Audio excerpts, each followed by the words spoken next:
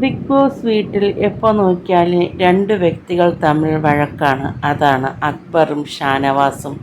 Big boss ഹൗസിൽ ശൂന്യതാ game കളിച്ചു പോന്നിരുന്ന രണ്ടു പേരാണ് ഷാനവാസും അക്ബറും. എപ്പോഴും ഇവരുടെ വഴക്കുകൾ ഒത്തുതീർപ്പിലാക്കാൻ വേണ്ടി കൺഫെഷൻ റൂമിൽ വിളിക്കുകയും ഒത്തുതീർപ്പിലാക്കുകയും ചെയ്യും.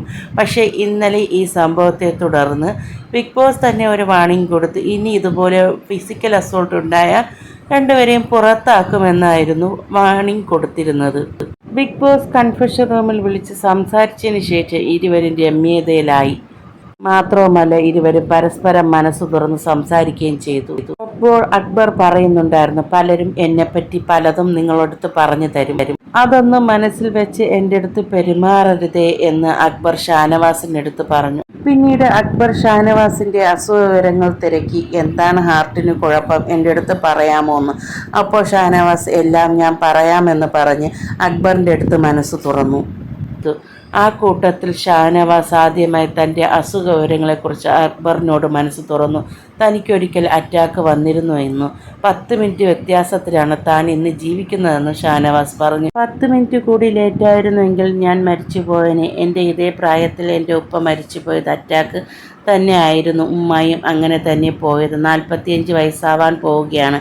മരിക്കുമെന്ന പേടിയൊന്നുമില്ല. ഇങ്ങനെയുണ്ടെങ്കിലും ഇവിടെ വന്ന് സ്ട്രെസ് എടുത്ത് ഞാൻ ഈ പണി ചെയ്യുന്നുവെങ്കിൽ ഇങ്ങനെയുള്ള പേടിയൊന്നും എനിക്കില്ല. ഞാൻ എൻ്റെ മക്കൾക്ക് വേണ്ടി ജീവിക്കാൻ വന്നതാണ്.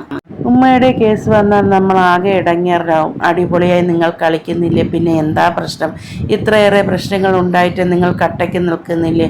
ഉമ്മ പോയാലുള്ള സിറ്റുവേഷൻ എനിക്കും ചിന്തിക്കാൻ പറ്റുന്നില്ല. ഞാൻ വിഷമിപ്പിച്ചെങ്കിൽ സോറി. ഇതൊന്നും എനിക്കറിയില്ലായിരുന്നു. ഇങ്ങനെ സ്ട്രെസ് നിങ്ങളുടെ മനസ്സിലുണ്ടായിരുന്നുവെന്നും എനിക്കറിയില്ലായിരുന്നു. എല്ലാത്തിനും സോറി എന്ന് അക്ബർ കരഞ്ഞുകൊണ്ട് ഷാനവാസിനടുത്ത് സോറി പറയുകയാണ്. ഇനി ഇവർ ബിഗ് ബോസ് വീട്ടിൽ നല്ല സുഹൃത്തുക്കളായിരിക്കുമെന്ന് തോന്നുന്നു. അത്രയ്ക്ക് ഇമോഷനായിരുന്നു രണ്ടുപേരുടേതും. അതിനുശേഷം രണ്ടുപേരും പരസ്പരം രമ്യതയിലായി കെട്ടിപ്പിടിക്കുകയും ഷാനവാസ് അക്ബറിനെ നെഞ്ചോട് ചേർക്കുന്നതാണ് കണ്ടത്. അക്ബറിൻ്റെയും കുട്ടിക്കാലം ഒരുപാട് വെല്ലുവിളികൾ നേരിട്ടതായിരുന്നു. കഷ്ടതകളിലൂടെയാണ് അക്ബർ സ്റ്റേജ് പരിപാടികളിലെത്തിയത്. അതിൽ നിന്നാണ് റിയാലിറ്റി ഷോകളിലും എത്തിയത്.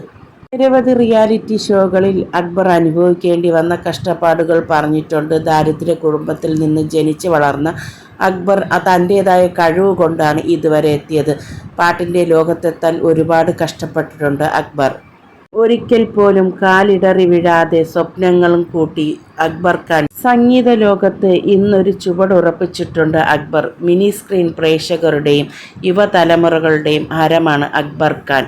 ഗായകൻ എന്നതിലുപരി sound engineer, programmer, rhythm guitarist എന്നീ നിലകളിലും അറ്റൻഡറാണ് ഈ തൃശ്ശൂർക്കാരൻ. ഏറ്റവും പുതിയ വാർത്തകൾക്കായി ചാനൽ സബ്സ്ക്രൈബ് ചെയ്യാൻ മറക്കരുതേ.